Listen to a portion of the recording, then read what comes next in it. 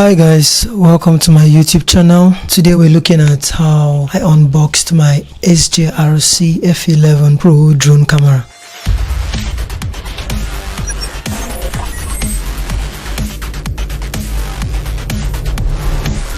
Okay, so it comes inside a very fine parcelled box. It seems quite strong, quite durable, very well packaged, neat, black. I love black. Yeah. So let's go right into it and see what the content would actually look like. Okay, so this is what it looks like. Very fine and well parcelled, with a space on top here where the manual and the strap are inside of. This is the strap, just long enough to go on the bag and then stay right over your shoulder. Very neat, very fine, looking good. You can actually extend it, so you also have the manual within that same space. Yeah, this is it. I really didn't go through this, but yeah, there are a lot of things that you need to read and go through, study before you actually venture into it. Okay, so I think everything you need to know as a guide will be found within that manual. Okay, so still looking at what's inside. We're done with the top part, compartment, so we go right into the other part. It has a foam that covers it, very fine, soft thing, maybe just to keep it safe or something. I think it's useful. And then right here we have the drone. Okay, and that's how it looks like inside a foamed pack, just to keep it safe. So that's the drone there. We have spare propellers, and then we have the remote control. These are the propellers inside the pack. And then that's a USB cable. This is a USB cable that you're using connecting to a computer, maybe to copy your files, sometimes to charge the battery as well. So I use it to charge the remote. I use it to charge the drone itself. That's the battery on the drone. And so it's very useful.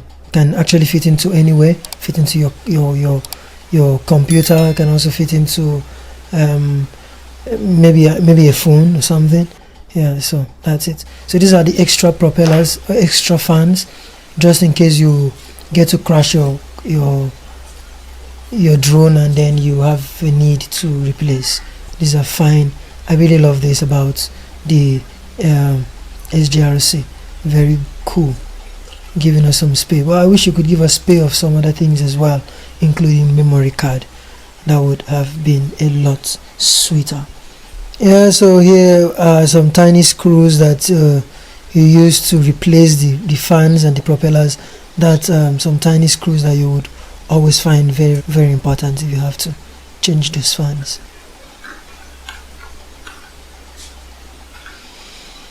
Okay, so that's actually the space, and then very neat, very fine, so everything just fits in properly. Then we have the remote control on this other side. Very sweet. If you know how to play all these PlayStations or something, this would work very well for you. Over to the Sjrc F11 Pro Drone. Yeah, so we have the Sjrc F11, but this has the Pro. This is actually the upgraded version of the Sjrc F11. Yeah, and this shoots 4K, very fine, has a very sweet and a very fine looking lens, a wide looking lens. I have a little problem with this because it shoots fish eye, and what if I don't want it to be fish eye? I just don't know what to do, because the lens that came with this is a fish eye lens. I don't think that's actually proper, because we don't use fish eye every single time. It has a very fine balance spot, so it doesn't damage the lens. You have those points that just drops on the ground a little bit, just a little space that gives it a little room, a little space between the floor and the bottom of the drone, I think, for safety. So that's what it looks like. It feels very light, more plastic. So I feel if this drops, you actually would likely lose it, because it's very light and made of plastic, purely plastic. Okay, so that's how the handle. If you want it to take off, you have to bend it. I love that foldable arm. The foldable arm really makes it very flexible and makes it portable enough to be carried around. Most drones they just stay like this, okay, and that's a big load. So these foldable arms really makes it flexible, and I can just squeeze it into anywhere and off I go. Yeah, so these drones, this is a very useful drone, I think, for me. That's the battery compartment. Yeah, so you just pull it out. There are those small knobs, you just press them in. They're like the release button, so you press those release buttons in, and the battery is free to step out. That's the USB port, so you plug that into any good charger. It has to be a good voltage charger. You plug the USB in and you're good to go. It begins to read on top. You start seeing some green lights on top. Okay, so that's how it looks like. It fits it right in. You hear a click. That click gives you the assurance your battery has been fitted properly. Okay, so back to the remote.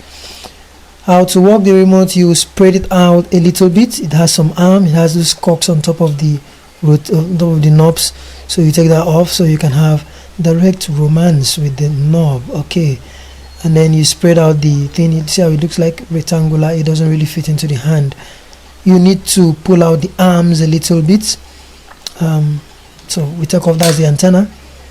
We open the antenna and then set it up the way we feel it should work. It has an end, so you really cannot turn it beyond that end. So if you do, you'll be breaking it properly. So once it gets to that point, you just stop. There was a rule in my film school back then: nothing is done by force. Everything in the camera is easy. If it goes forcefully, then there is a problem. Same thing is applicable here, guys.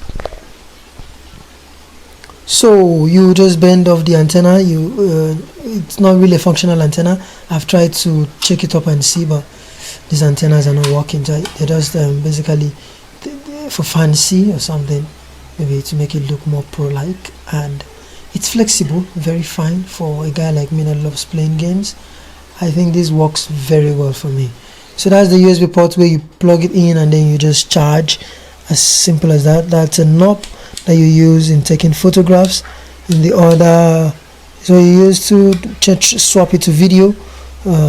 Okay, then you have that knob there that gives you the frequency of how fast, how much you want it to respond to what you're doing. And those are the knobs. And here is the phone holder. Yeah, so that you can just slide in your phone just like that. That's it, and it holds your phone up there. So you open up the app and you can monitor your shots directly from here. Okay, so it's as simple as that. It's a very fine gadget that works very well for me. I use it for aerial photography. Basically, I just want to get a fast shot of something maybe for my channel, or I just want to cover an environment in an event or something. I immediately just take off into the sky with my drone. It's as sweet as that. So in my next video, I'm actually going to be doing a test. Let's see how it moves. Let's see what the footage really looks like. We would record and I'll show it to you. Thank you very much for staying up till this point. And then if you enjoyed this review, please give us a thumbs up and don't forget to subscribe, please.